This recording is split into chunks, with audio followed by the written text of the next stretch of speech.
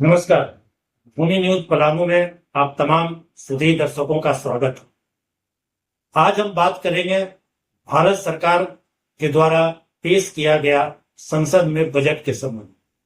जैसा कि हम और आप जानते हैं, बजट भारत सरकार का एक साल का लेखा जोखा होता है और इस बजट के पेश होने से ही पता चलता है कि देश की अर्थव्यवस्था किस दिशा में जाए और सरकार की मंशा भी क्या है कि हम बजट के माध्यम से किस तरीके से आम आवाम को सुविधा प्रदान कर सकते हैं या खास लोगों को सुविधा प्रदान करेंगे। ये सारा चीज बजट के अवलोकन से पता चलता है।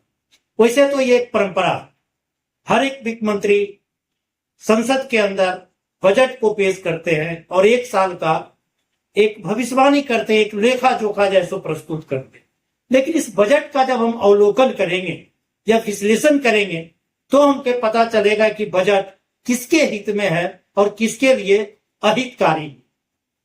अगर गौर से देखें इस बजट के अंदर तो जो रेलवे बजट जिस तरीके से हमारे वित्त मंत्री ने रेलवे बजट के बारे में अवलोकन किए, रेलवे बजट के बारे में विश्लेषण किए हैं, रेल बजट के जो प्रावधान दिए हैं उसमें ऊपरी तौर पर तो बहुत कुछ दिखाई देता है, लेकिन धरातल पर जब देखते हैं तो आज के तारीख में भी रेलवे बहुत लचर व्यवस्था से ग्रसित और वहां जो आम उपभोक्ता होते या रेल यात्री होते उनकी सुख सुविधा का पूरा ख्याल नहीं रखा गया, बल्कि उनको दोहन करने के लिए उनसे किराया के नाम पर या दूसरे सुविधा के नाम पर वसूली करने के लिए जैसे पूरे प्रावधान किया गया।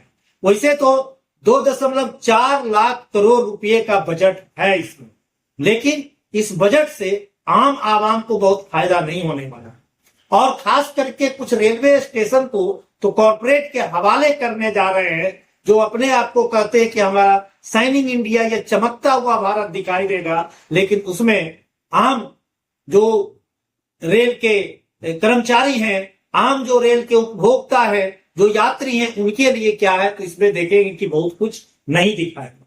उसी तरीके से अगर गौर से देखिएगा तो यह बजट जो है सरकार बचाओ बजट भी कह सकते हैं कि अगर पूरे देश का बजट है लेकिन अगर उसमें कुछ झलकी अगर दिखाई देता है तो बिहार और आंध्र प्रदेश की झलकियां दिखाई देती। खास करके बिहार की जब हम चर्चा करें तो बिहार को कहा जा रहा है कि 58,900 करोड़ रुपए का पैकेज दिया गया है इस बजट में, जो सरकार के समर्थन देने के एवज में बिहार सरकार ने जो दबाव बनाया था उसके लिए ये बजट मिला। लेकिन अगर गौर से देखें तो देश के प्रधानमंत्री के पैकेज की घोषणा एक जुमला ही होता है, क्योंकि वो पिछले चुनाव में भी बड़े पैमाने पर पैकेज की घोषणा बिहार के लिए किए थे, लेकिन वो कहां गया, किस तरीके से हुआ या किसी को पता नहीं। ऐसी परिस्थिति में हमको देखना पड़ेगा कि ये जो घोषणा होता है वो धरातल पर कितना उतर पाता है, यह महत्वपूर्ण चीज है। अगर हम शिक्षा के बजट को देखें तो हर एक साल जब से मोदी जी सत्ता में आए हैं 14 से लेकर 2024 तक शिक्षा का बजट का कटौती किया जा रहा है और अभी तो यहां तक हो गया कि 2.8% मात्र शिक्षा पर खर्च किया जा रहा है, जो अमूमन 6% के आसपास खर्च किया जाता रहा। शिक्षा के क्षेत्र में कभी भी बेहतर प्रदर्शन ये नहीं कर रही है, शायद इनके एजेंडा में शिक्षा का बजट है ही नहीं, क्योंकि बेरोजगारों को रोजगार सृजन करने का कोई योजना नहीं। हाँ, एक योजना इस बजट में बहुत दिखाई दे रहा, वह योजना है कि बेरोजगारों को हम ट्रेनिंग देंगे, स्किल डेवलप करेंगे, लेकिन स्किल डेवलप करने के बाद उसका भविष्य का क्या होगा, उस भविष्य के बारे में कैसे चर्चा करेंगे, उसका कोई प्रावधान इस बजट के साथ में नहीं। अगर हम आंध्र प्रदेश और बिहार के पैकेज को पूरा का पूरा निकाल दें तो लग रहा है कि राजस्थान के अंदर इसका कोई विकास के काम लगभग नहीं के बराबर। गुजरात जैसे राज्य जहां पर भाजपा खुद जो है तो अपने आप को एक मॉडल मानती है, उसके लिए भी बहुत बेहतर प्रावधान नहीं है और देश के अन्य भाग के लिए भी बहुत कुछ इसमें नहीं है। आम उपभोक्ता को कहीं कहीं पर उनको लॉलीपॉप जरूर दिखाया गया।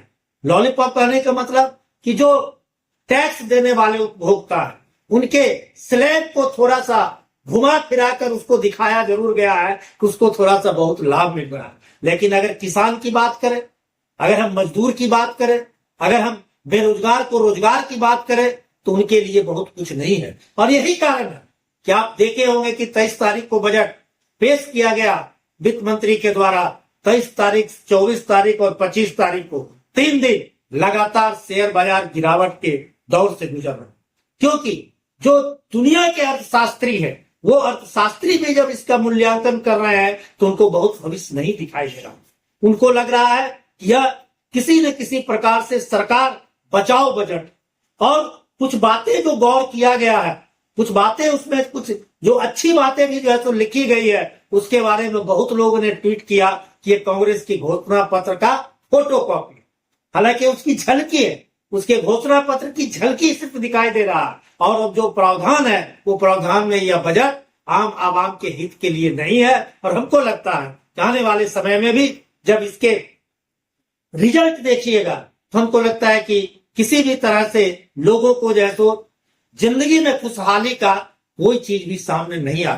आज महंगाई कहां से कहां चला गया, जहां पर उसको कम करने के लिए कोशिश होना चाहिए, उत्पादन हमको बढ़ाने की कोशिश होनी चाहिए, मजदूरों के हित की बात होनी चाहिए, किसान के जो लगातार वो अपने हक और अधिकार के लिए संघर्ष कर रहे हैं, उनकी हित की बात होनी चाहिए, उनको कोई विशेष पैकेज देना चाहिए। ये सारा चीज बजट के नहीं है। इस बजट से यही सबसे बड़ी बात है कि अमीर और अमीर होते चल जाएंगे और मध्यम वर्ग और गरीब और गरीबी के कगार पर चले जाएंगे। हमको लगता है कि कोई दूरदर्शी सोच के तहत यह बजट नहीं है। यह बजट सिर्फ और सिर्फ पिछले दिनों जो फरवरी माह में जो है सो अनुमानित बजट पेश किया गया, उसकी फोटो कॉपी है, और इससे देश की अर्थव्यवस्था में बहुत कुछ होने वाला नहीं है। हमें लगता है कि देश के आम नागरिक को भी इस बजट का विश्लेषण करना चाहिए।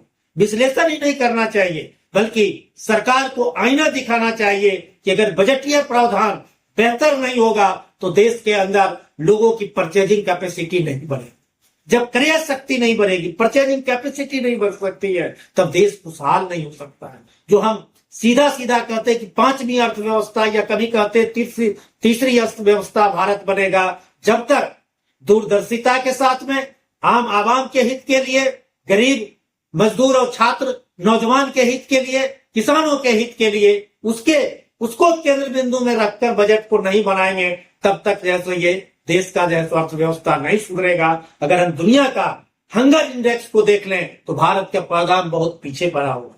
शिक्षा की व्यवस्था देख लें, कोई नई यूनिवर्सिटी नहीं बन रहा है, और जो सरकारी तंत्र का शिक्षा व्यवस्था वो बद से बदतर होते चला जा रहा है। और जब तक पूरे बजट का 6% अगर शिक्षा में नहीं देंगे, शिक्षा व्यवस्था बेहतर नहीं हो सकता।